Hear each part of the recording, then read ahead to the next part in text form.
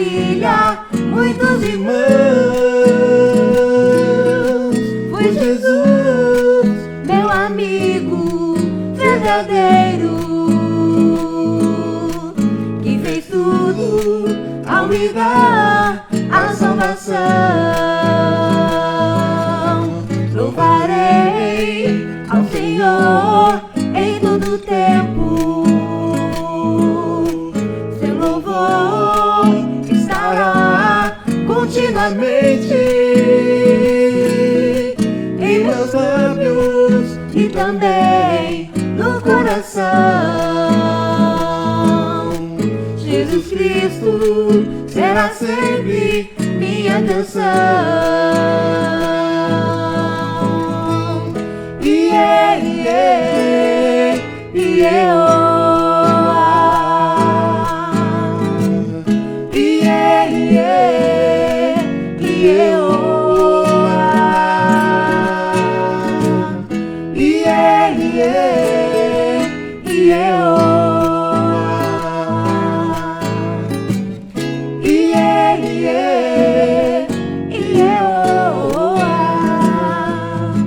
Louvarei ao Senhor em todo tempo. Seu louvor estará continuamente em meus lábios e também no coração. Jesus Cristo será sempre minha canção.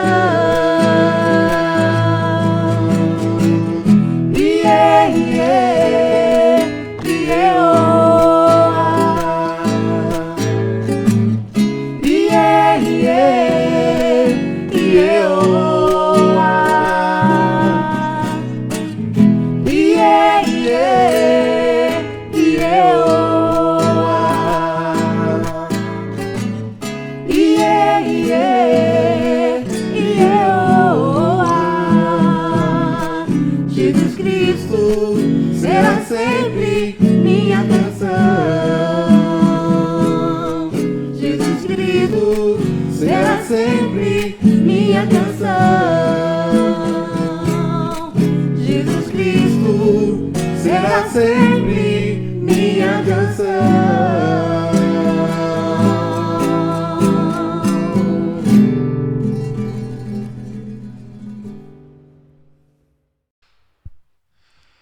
Muito bom dia, meus queridos irmãos. É muito bom estar mais uma vez com os irmãos para compartilhar aquilo que Deus tem colocado no nosso coração.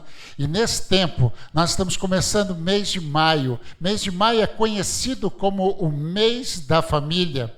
E nesse mês da família, nós temos um grande desafio numa campanha onde muitas pessoas têm separado esse tempo para orar pelos seus entes queridos. Chama-se Jesus Transforma Minha Família. Mais de 40 países estão envolvidos juntamente conosco em oração. Nós temos quase que esta campanha sendo traduzida em 10 idiomas em todos esses países. E você não pode estar de fora. Você tem que envolver dentro dessa campanha. O tema dessa campanha, o versículo base é: eu vim para que tenham vida e a tenham plenamente. João 10:10. Você tem vivido uma vida completa diante do Senhor? Uma das coisas que tem me chamado a atenção é que muitas vezes até crentes duvidam do poder de Deus. Quando nós falamos de oração, nós precisamos exercitar a nossa fé. Em quem que nós temos acreditado?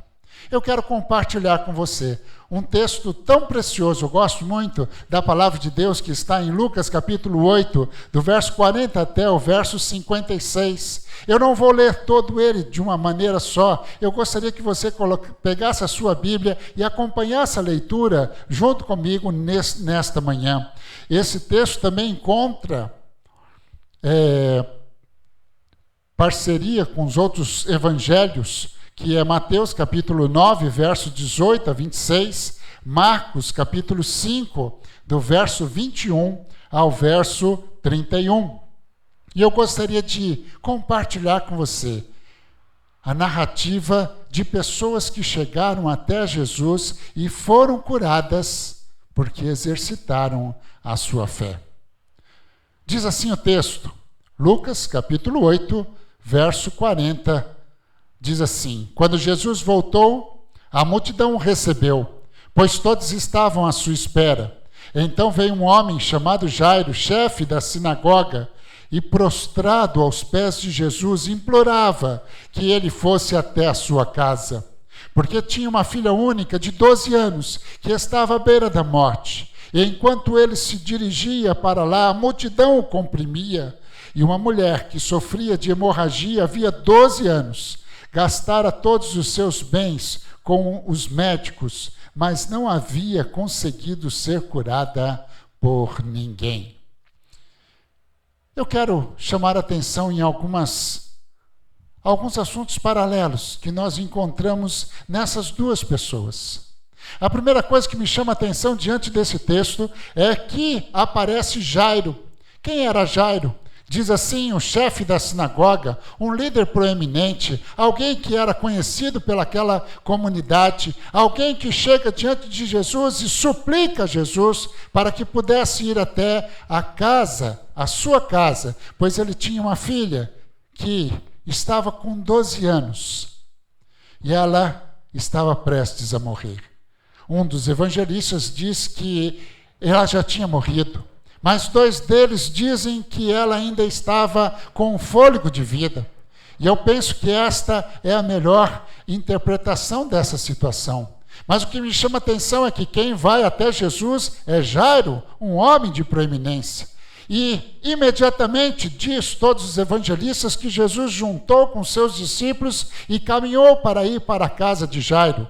Mas algo acontece. No meio do caminho, onde toda a multidão caminhava junto com Jesus, alguém tocou na orla do vestido de Jesus. Diz o verso 43, uma mulher que sofria de uma hemorragia havia 12 anos, gastara todos os seus bens com os médicos, mas não havia conseguido ser curada por ninguém. Aproximando-se por trás, tocou a borda do manto de Jesus e a sua hemorragia estancou imediatamente. Agora, nós vemos uma outra pessoa que vai até Jesus. Ela não se dirige até Jesus, ela não era conhecida na comunidade, pelo contrário, era uma mulher oprimida, era uma mulher que não poderia nem sair no meio de toda aquela sociedade, pois ela tinha um problema crônico, uma hemorragia. Coincidentemente, há 12 anos. E a primeira coisa que me chama a atenção é que eram 2 pessoas distintas. Um chefe da sinagoga, outro uma mulher tremendamente carente. Uma mulher desconhecida, rejeitada da sociedade, toca na orla do manto de Jesus e Jesus para e percebe que alguém tocou com pedido de cura. Jesus para ali e diz o texto, verso 45, e perguntou Jesus: quem me tocou? E todos os que negassem, como todos negassem, Pedro lhe disse: mestre, a multidão te aperta e te comprime. E Jesus então disse: alguém me tocou, pois percebi que de mim saiu poder. Aquela mulher foi colocada em xeque e ela precisou aparecer diante de toda aquela situação. Diz o verso 47, vendo então que não podia passar desapercebida, a mulher aproximou-se trêmula e, prostrando-se diante dele, declarou perante todo o povo o motivo por que havia tocado e como fora imediatamente curada. Guarde essa palavra, imediatamente curada. Quando ela simplesmente tocou na orla da roupa de Jesus, ela foi curada. E Jesus, então, identificando aquela mulher, olha para ela e diz: filha, a tua fé te salvou. Aleluia! Glória a Deus, que coisa maravilhosa, uma pessoa simplesmente que chega diante de Jesus e toca. Jesus não foi na casa dela, ela não tinha tanta intimidade com Jesus, mas no meio do caminho ela tinha uma crença que tão somente se ela tocasse em Jesus, ela poderia ser curada. Aqui está uma outra diferença muito grande. O próprio Jairo tem a oportunidade de receber Jesus na sua casa. Mas essa mulher simplesmente tocou, acreditou que simplesmente tocando em Jesus poderia receber também a cura. Duas coisas distintas. Mas continuamos o texto. Diz assim, verso 49, enquanto Jesus ainda falava, alguém da casa do chefe da sinagoga veio avisar, a tua filha já está morta, não incomodes o mestre. Existe uma crise muito grande aqui. No mesmo momento, quando Jesus diz, filha, tua fé te salvou, vai em paz. É o mesmo momento que Jairo recebe a notícia que a sua esperança tinha acabado. A esperança que ele tinha era levar Jesus até a sua filha para que Jesus então pudesse curá-la. Mas a notícia que vem ao mesmo momento é que a sua filha havia morrido. Duas situações interessantes aqui no mesmo momento. Um momento de vida e um momento de morte. Parece um pouco daquilo que nós temos vivido nesse tempo. Nós temos acompanhado de que todos os dias nós temos informações de mortes. As mortes têm tomado maior vulto, o sepultamento tem tomado maior vulto, mas as pessoas pouco têm dado atenção para aquelas crianças que estão nascendo. Eu vi, pelo menos, informação nessa semana de duas crianças próximas a nós, da Junta de Missões Nacionais. Nasceram e nós nos alegramos com isso. A vida é assim. Enquanto um está nascendo, outro está morrendo. Mas o que nós descobrimos aqui, Jesus olha para aquele homem e diz, ouvindo, porém, Jesus disse a Jairo, não temas, crê somente, ela será curada. Aqui está o exercício da fé. Jairo chegou até Jesus, convidou Jesus, e Jesus se dispôs a ir até a sua casa. Da mesma maneira que aquela mulher vai e toca na hora de Jesus e enfrenta toda aquela multidão e mesmo enfrenta a possibilidade de ser apresentada diante de toda aquela multidão. Ela não teme. Ela exercitou a sua fé. Agora é o momento de Jairo exercitar a sua fé. Ele foi até Jesus. Ele acreditou em Jesus. A resposta a informação que ele recebe agora é que estava tudo perdido. Esta é uma imagem que eu trago na minha mente quando alguma cena de filme, seja lá qual for, alguém, o médico responsável, decreta morte e a atitude de toda a equipe médica é respirar e dizer, nós não conseguimos segurar esta vida. O fôlego de vida. O que nós lemos em seguida é exatamente essa atitude. A menina morreu e todos os preparativos foram feitos. Mas diz a narrativa, verso 51, tendo Jesus chegado à sua casa, Jesus não permitiu que entrassem com ele, com exceção de Pedro, João e Tiago, e o pai e a mãe da menina. E todos choravam e se lamentavam. Ele, porém, disse, não choreis. Ela não está morta, mas dormindo. E as pessoas riram dele, sabendo que ela estava morta. É interessante esse encontro de Jesus junto com aquelas pessoas. há um termo interessante, dito que as mulheres que planteiam são chamadas de carpideiras. São as mulheres que muitas vezes são pagas para chorar no funeral. E todo o funeral já estava preparado. As pessoas, a casa estava lotada e as pessoas já estavam preparando aquele velório. Mas Jesus chega diante daquele povo e diz: ela não está morta. Aquelas pessoas questionam a ação de Jesus. Elas não conheciam Jesus, não sabiam do poder de Jesus sobre a morte. Ainda que essa menina já estava morta, Jesus tem o poder de lhe dar a vida. A narrativa continua dizendo o seguinte, então, verso 54, então ele, pegando-a pela mão, exclamou: menina, levanta-te. E o espírito dela voltou, e ela se levantou imediatamente, e Jesus mandou que lhe dessem o que comer.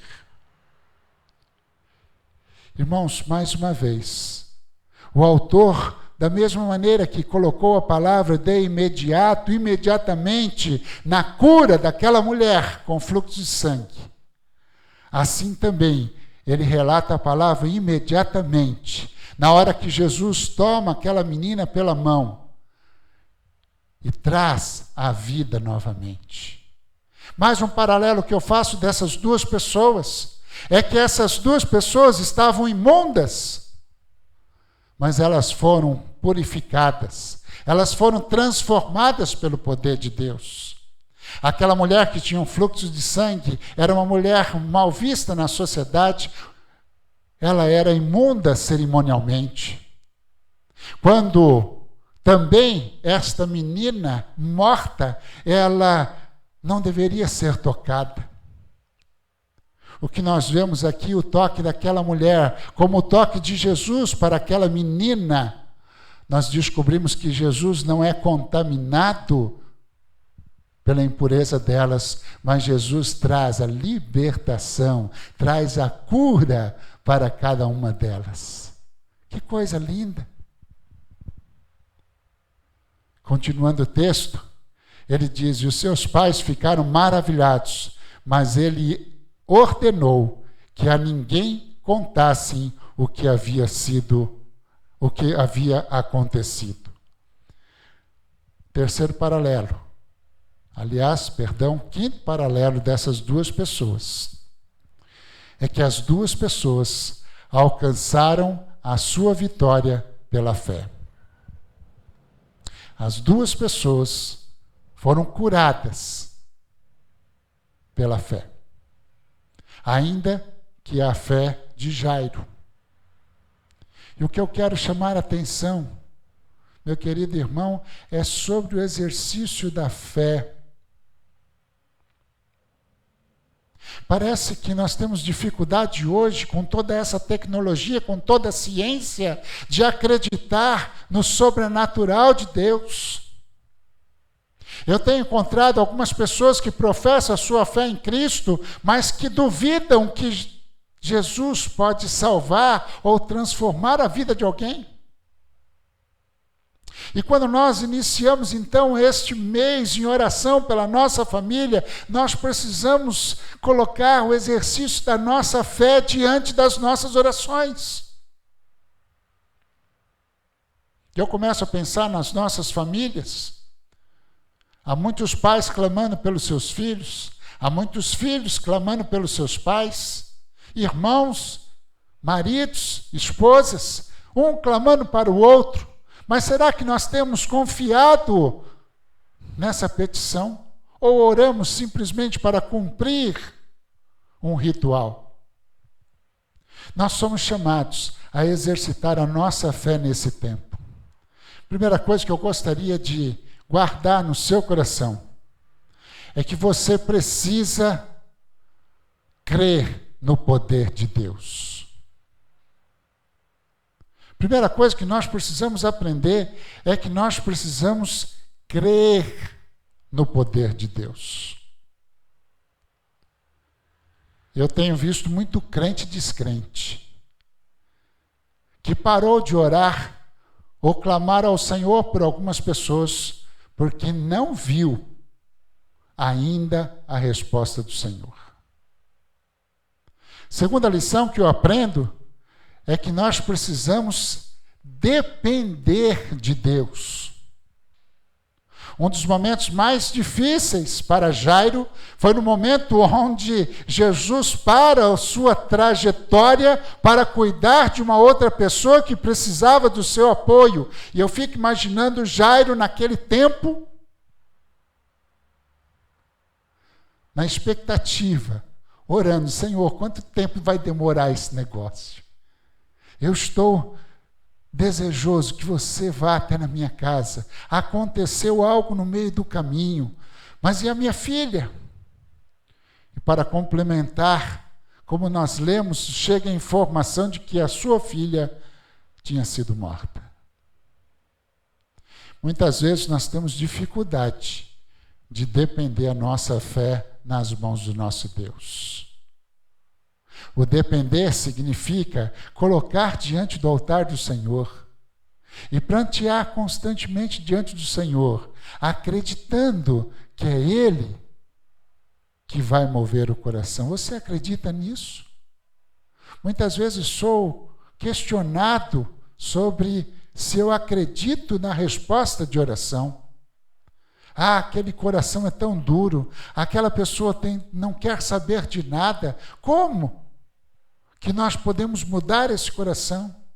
E alguém pode dizer: ah, vamos orar. E alguém olha desconfiado dizendo: mas será que só oração? O que é que nós podemos fazer? Você conhece a história bíblica quando alguns personagens tentaram resolver, dar um jeitinho para aquilo que tanto esperavam.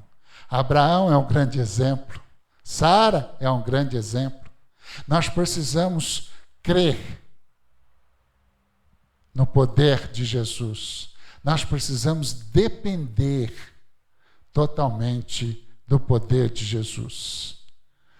A terceira grande lição é que a nossa fé deve levar à ação. Fé não é apenas um sentimento de coração, mas fé é uma ação. Se eu creio, eu ajo. A ação de Jairo foi buscar a Jesus assim que ele terminou a sua viagem de barco. A ação da mulher foi simplesmente entrar no meio daquela população, de toda aquela multidão, e tocar em Jesus. Quando nós cremos, nós agimos. Quando nós não somos alcançados pelo amor de Deus, nós temos a tendência também de cruzar os nossos braços. E eu quero trazer alguns desafios para você neste mês. O primeiro desafio que eu quero colocar para você é para que você separe, liste aí, pegue aí papel e caneta, liste aí nome de 5 pessoas, especialmente da sua família, 5 pessoas. Seja elas que não conheçam da graça, do amor de Cristo, ou talvez algumas delas que estejam andando longe do caminho do Senhor. Cada vez mais nós temos um grupo de pessoas que são identificados como sem igrejas. Pessoas que, por algum motivo, talvez com alguma tristeza com a instituição igreja, deixaram de congregar, deixaram de viver no corpo chamado igreja. Pense agora, comece com a sua família, talvez o seu filho, talvez a sua esposa, talvez seu esposo. Relacione, você consegue relacionar em cada um dos seus dedos 5 pessoas que precisam da graça e do amor de Cristo. O primeiro desafio que você vai fazer com essas 3 pessoas é orar para que elas conheçam o amor de Deus. Conhecer o amor de Deus significa conhecer dentro da sua vida a quantidade de quanto Deus te ama. Pastor Samti, que tem nos apoiado com toda essa campanha, ele diz assim: é impossível que alguém que, conhecendo o amor de Deus, não tenha motivação de falar para os outros aquilo que Cristo fez na sua vida. Primeira coisa que você vai fazer é orar para que essas pessoas conheçam o amor de Deus. A segunda coisa, você deve orar para que Deus levante pessoas para compartilhar da graça e do amor de Deus aos seus queridos. Nem sempre será a sua voz, nem sempre as pessoas, os seus parentes vão lhe ouvir, mas é possível que eles vão ouvir alguém, algum amigo, alguma outra pessoa vindo de outro lugar. E você pode acreditar nisso, de orar para que outras pessoas cheguem até os seus queridos, até os seus parentes, até esses 5 nomes que você pode listar, para que possam falar da graça e do amor de Cristo e aquecer esses corações que estão frios espiritualmente. A terceira proposta é que você ore para que Deus crie oportunidades. Sabe o que significa isso? Algumas pessoas são muito reticentes a ouvir a mensagem ou dar atenção à voz de Deus. Mas algumas situações acontecem. Uma delas é a enfermidade.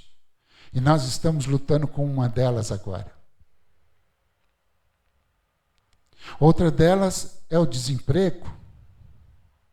Nós temos algumas situações na nossa vida que Deus muitas vezes nos permite passar para que o nosso coração esteja aberto para ouvir da graça e do amor de Cristo. Saiu uma reportagem interessantíssima na CNN esta semana. Perguntaram para várias pessoas qual é o primeiro lugar que elas querem ir assim que terminar essa pandemia. Eu creio que não deve ser surpresa para você, mas quase que mais de 30% das pessoas entrevistadas responderam que o primeiro lugar que elas querem ir é na igreja. Você consegue entender por que disso? Porque as pessoas estão assustadas, as pessoas estão com o seu coração, com a sua alma turbada, e as pessoas estão desejando uma mensagem de esperança, uma mensagem de amor. Eu quero desafiar a você, para que durante este mês de maio, faça esta lista. Escolha 5 pessoas, entre em contato com elas, todos os dias do mês de maio. Ore todos os dias pela vida delas. Demonstre amor para cada uma delas. Essa é a melhor maneira de nós pregarmos o Evangelho. Olharmos para cada uma delas, ligarmos para cada uma delas e compartilhar com elas para que elas possam entender que nós estamos preocupados com a vida dela. Uma das grandes verdades que temos aprendido nesse tempo, que igreja não é templo. Igreja não é templo. E muitas pessoas têm ido até o templo para receber a bênção. Você não precisa ir até o templo. Hoje mesmo, você pode abrir o seu coração, convidar a Jesus para habitar na sua vida, e você vai ver o milagre que Ele vai fazer na sua vida. Jesus transforma a minha família. Esse é o desafio que nós temos. E eu passo para você durante todo esse mês. Vamos orar? Pai querido, muito obrigado pela oportunidade que o Senhor nos dá nesta manhã de refletirmos, Senhor, texto da Tua palavra que fala de pessoas que buscaram ao Senhor, exercitaram a sua fé e alcançaram a sua necessidade. Pai, nós queremos colocar todas as famílias da nossa igreja. Nós queremos colocar, Senhor, cada um dos membros da nossa igreja.